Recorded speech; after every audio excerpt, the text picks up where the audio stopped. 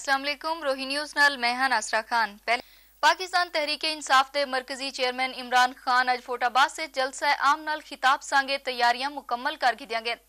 पाकिस्तान तहरीक इंसाफ के मरकजी चेयरमैन इमरान खान अपने दौरा भावलनगर के मौके पर जिला भर के कारकुनां नाल खसूसी मुलाकात करे सन। इन्हां गालीं दा इजहार पाकिस्तान तहरीक इंसाफ के फोटाबाद के ऑर्गेनाइजर मोहम्मद शाहिद मीडिया नाल गाल मुहाड़ करेंदे हुए कीता। उन्हां आखे जो इमरान खान के दौरे नाल पार्टी को फायदा थी सी अते बलदियाती इलैक्शन फोटाबाद के हर यूनियन कौंसल तो उम्मीदवार खड़े किए हुए सन। जना जो फोटाबाद के चौक फवारे पार्टी वर्कर्स जलसा आम दियां तैयारियां मुकम्मल कर गितियां। नाज़रीन, रहीम यार खान